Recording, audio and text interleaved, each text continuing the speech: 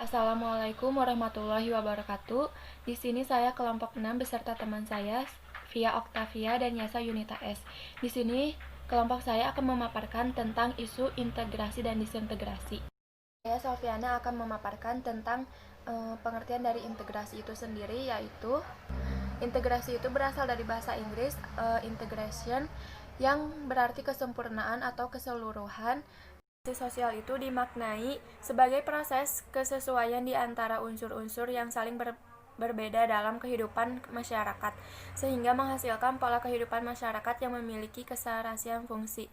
Nah, di definisi lain, integrasi itu suatu keadaan di mana kelompok-kelompok etnik beradaptasi dan bersikap konformitas terhadap kebudayaan mayoritas masyarakat, namun masih tetap mempertahankan kebudayaan mereka masing-masing. Integrasi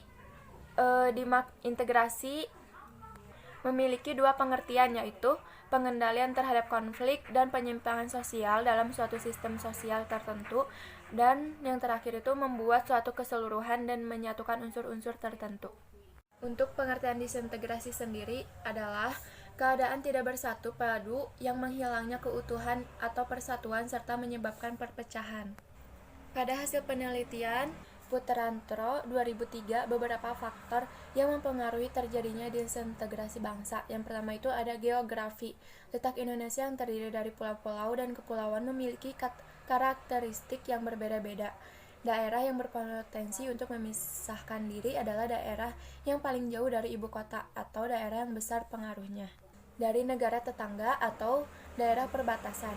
Daerah yang mempunyai pengaruh global yang besar seperti daerah wisata atau daerah yang memiliki kekayaan alam yang berlimpah. Yang kedua ada demografi, pengaruh atau perlakuan pemerintah pusat dan pemerataan atau penyebaran produk yang tidak merata merupakan faktor dari terjadinya disintegrasi bangsa. Selain masih rendahnya tingkat pendidikan dan kemampuan sumber daya manusia. Yang ketiga ada kekayaan alam. Kekayaan alam di Indonesia yang sangat beragam dan berlimpah, dan penyebaran yang tidak merata dapat menyebabkan kemungkinan terjadi disintegrasi bangsa, karena hal ini meliputi hal-hal seperti pengelolaan, pembagian hasil, pembinaan apabila terjadi kerusakan akibat dari pengelolaan. Dan yang keempat ada ideologi. Akhir-akhir ini, agama sering dijadikan pokok masalah di dalam terjadinya konflik di negara ini. Hal ini disebabkan karena kurangnya pemahaman terhadap agama yang dianut dan agama lain. Apabila kondisi ini tidak ditangani dengan bijaksana, pada akhirnya dapat menimbulkan terjadinya kemungkinan disintegrasi bangsa. Oleh sebab itu, perlu adanya penanganan khusus dari para tokoh agama mengenai pendalaman masalah agama dan komunikasi antar pimpinan umat beragama secara berkesinambungan. Dan yang kelima ada politik.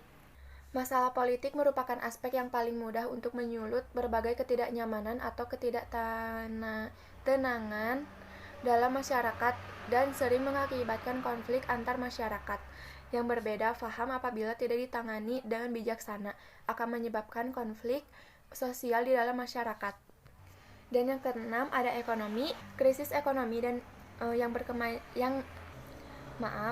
yang berkepanjangan semakin menyebabkan sebagian besar penduduk hidup dalam taraf kemiskinan. Kesenjangan sosial masyarakat Indonesia yang semakin lebar antara masyarakat kaya dengan masyarakat miskin, dan adanya praktek KKN. Dan yang ketujuh ada sosial budaya. Nih, di sosial budaya, pluralitas kondisi sosial budaya bangsa Indonesia merupakan sumber konflik apabila tidak ditangani dengan bijaksana. Tata nilai yang berlaku di daerah yang satu tidak selalu sama dengan daerah yang lain. Konflik tata nilai yang sering terjadi saat ini yakni konflik antara kelompok yang keras dan lebih modern dengan kelompok yang relatif terbelakang.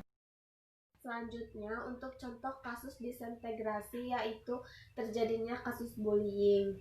Menurut Sejiwa pada tahun 2008, bullying adalah situasi di mana penyalahgunaan kekuatan atau mental yang dilakukan oleh seseorang atau sekelompok orang, dan dalam situasi ini korban tidak dapat membela dirinya sendiri. Dan untuk bentuk dan jenis bullying itu ada 4, yaitu bullying verbal, bullying fisik, bullying relasional, dan bullying elektronik. Untuk bullying verbal, contohnya pelecehan seksual, pelecehan nama, mengkritik dengan kejam, penghinaan. Untuk bullying fisik itu contohnya memukul, menendang, mencekik, bahkan bisa juga membunuh, mencemooh tawa, dan mengejek bahasa tubuh. Untuk bullying relasional, contohnya perilaku atau sikap yang tersembunyi seperti pandangan agresif, pandangan mata. Dan untuk bullying elektronik, yaitu membuli melalui sarana elektronik. Contohnya meneror korban menggunakan tulisan, animasi, gambar, rekaman video, atau film yang mengintimidasi, melukai, atau menikung. Kemudian macam-macam penyebab bullying, yaitu penampilan fisik, ras, orientasi seksual, terlihat lemah, dan terlihat tidak mudah bergaul. Kemudian ada ciri-ciri pelaku bullying, yaitu memiliki keinginan untuk mengendalikan orang lain, fokus pada diri sendiri, memiliki keterampilan sosial yang buruk dan sulit untuk bergaul, kurang empati, sering merasa tidak aman, dan membuat dirinya nyaman dengan cara menggertak atau mengganggu orang lain. Kemudian, kesulitan untuk memahami emosi seperti rasa bersalah, empati, belas kasih, dan penyesalan. Selanjutnya ada isu integrasi, kegiatan positif dalam mengisi kemerdekaan. Cara generasi muda mengisi kemerdekaan adalah dengan melakukan kegiatan-kegiatan positif yang bermanfaat, baik untuk diri kita juga orang lain.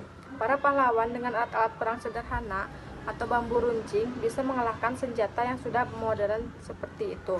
Bukan karena keberuntungan, tetapi karena tekad dan kemauan yang kuat.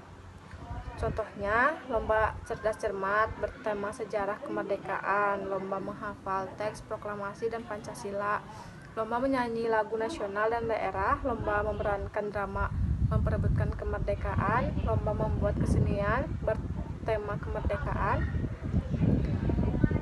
lomba balap karung, makan kerupuk, tarik tambang, gebuk bantal, lomba lari bakyak, dan lain-lainnya.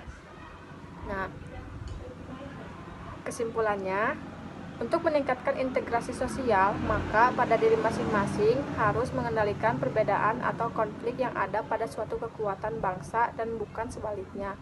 Tiap warga masyarakat merasa saling dapat mengisi kebutuhan antara satu dengan yang lainnya dengan cara penanggulangan disintegrasi adalah membangun dan menghidupkan terus komitmen, kesadaran, dan kehendak untuk bersatu.